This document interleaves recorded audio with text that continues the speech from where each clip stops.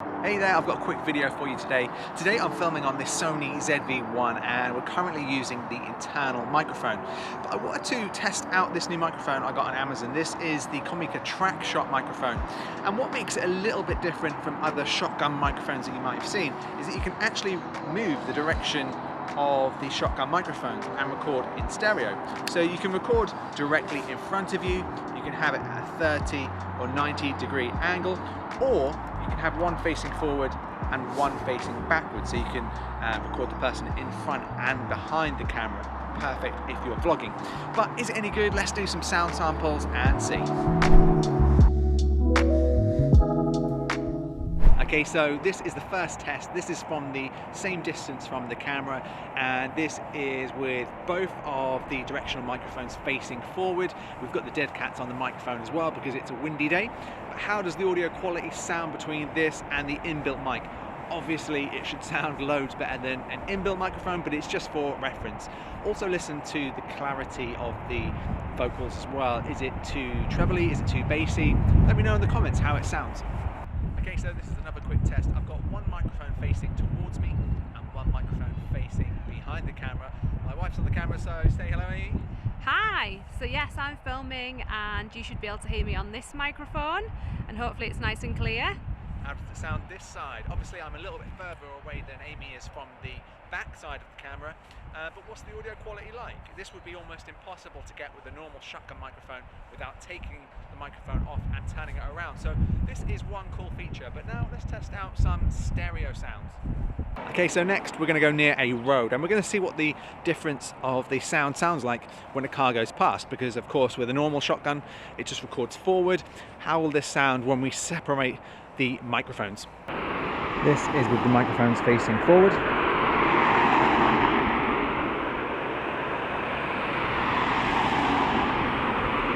Now we're recording at a 90 degree angle.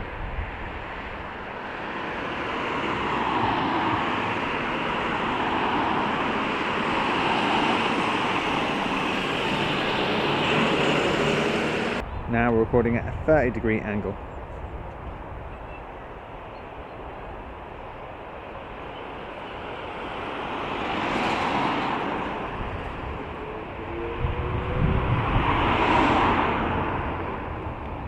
Okay, so this isn't a scientific test, but we're just doing a walking handheld test, trying to pick up audio from the microphone about 2 feet away.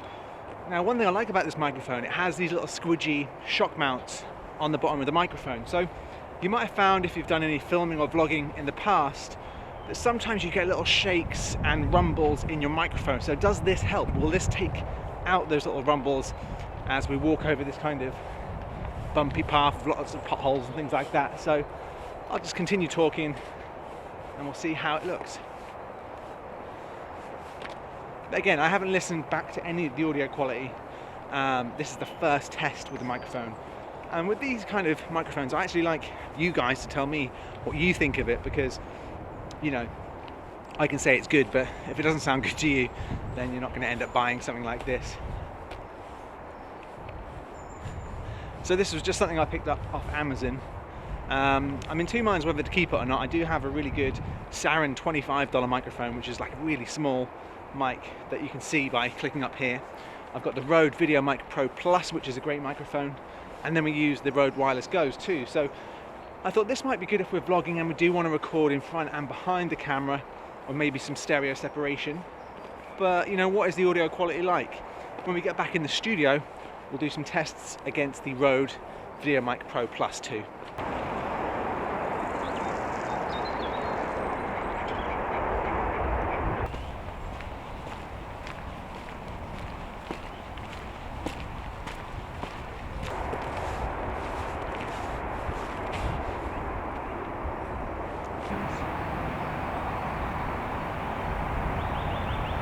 Okay, so we've got some running water here.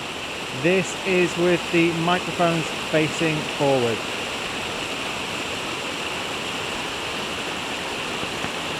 This is at a 30 degree angle. This is at a 90 degree angle.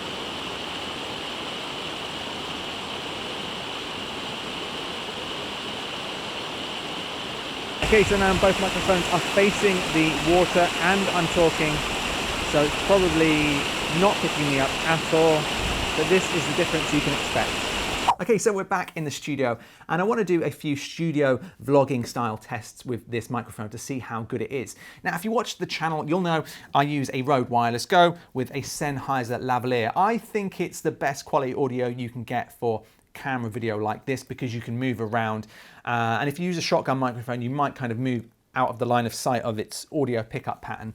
So I really like using a lav. But I'm going to compare this to the Rode VideoMic Pro, a Sarin $25 microphone, and then we'll see this just so you can get an idea of what it sounds like. And then I'll give you my overall feedback about this microphone. Okay, so this is the audio coming raw from the Comica Traxshot. What do you think of this audio quality? I'm about an arm's length away from the microphone, which is about 2 or 3 feet. What do you think? Is the bass levels good? Does it sound flat? Does it sound full? What's your initial impressions of this audio? Next, we are going to test the Rode VideoMic Pro. Okay, now we have switched to the Rode VideoMic Pro. What do you think of the audio quality coming out of this compared to the Comica Traxshot? This is the microphone I will take with me on my travels if we haven't got time to kind of lav up and we might be recording some ambient sounds. As mentioned, I do like a lav mic for studio work, but this is the mic I'll take with me on the go. Just listening back to the Traxshot, what do you think of the difference? Next, I'm going to try just my little portable mic, which is the Sarin VMQ1 microphone. We're going to switch to that now. Okay, so now is the Sarin microphone. This is the cheapest microphone in the lineup. It costs just $25.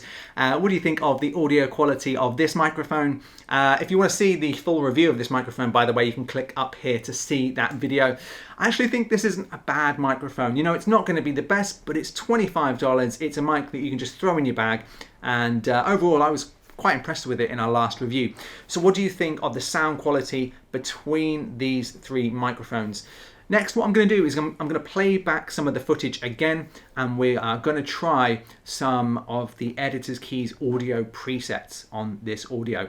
And if you like the sound of these presets, keep a lookout on the channel. Make sure you hit the notification bell when you subscribe, because we have some great new audio presets coming which are designed to improve your audio if you're using a lav mic, if you're using a small shotgun mic, if you're using the Rode VideoMic Pro, if you're using a mic like this, or if you're using a USB microphone plugged into a computer. So if you want to improve your audio quality, keep a lookout for that video. Okay, so this isn't a scientific test, but we're just doing a walking handheld test, trying to pick up audio from the microphone about 2 feet away. Now, one thing I like about this microphone, it has these little squidgy shock mounts on the bottom of the microphone. So you might have found... Okay, now we have switched to the Rode VideoMic Pro. What do you think of the audio quality coming out of this compared to the Comica Traxshot? This is the microphone I will take with me on my travels if we haven't got time to kind of lav up and we might be recording some ambient sounds. As mentioned, I do like a lav mic for studio work, but this is the mic I'll take with me on the go. Okay, so that's a little look at this Comica Traxshot microphone. Now, what did you think of those audio clips? Were you impressed with the sound quality? I've now had a little chance to listen back to some of those audio samples, and overall, I really like the microphone.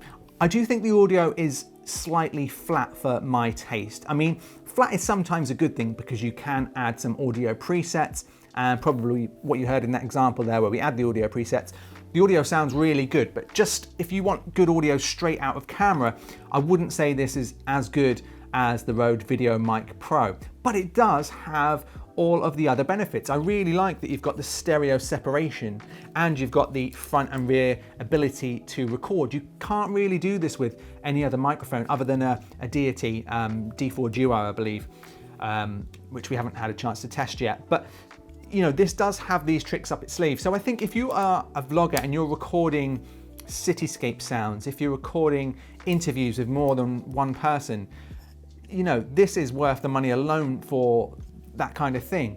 I think the ability to charge with an internal battery is really good. I like these springy shock mounts it has here. That's really, really good. And I like that you can change the mode and also adjust the gain from the microphone itself. I would say I think the Rode VideoMic Pro sounds better straight out of camera. I would have to say that. But let me know in the comments section below. As I always mention on these microphone audio tests, is that I don't have to really say 100% what I think is the best, because I want you to choose. I want you to tell me, listening to it, what do you think is the best out of those 3 microphones? Are you impressed with this? Would you buy it? Let me know in the comments section below, and I'll see you in the next video.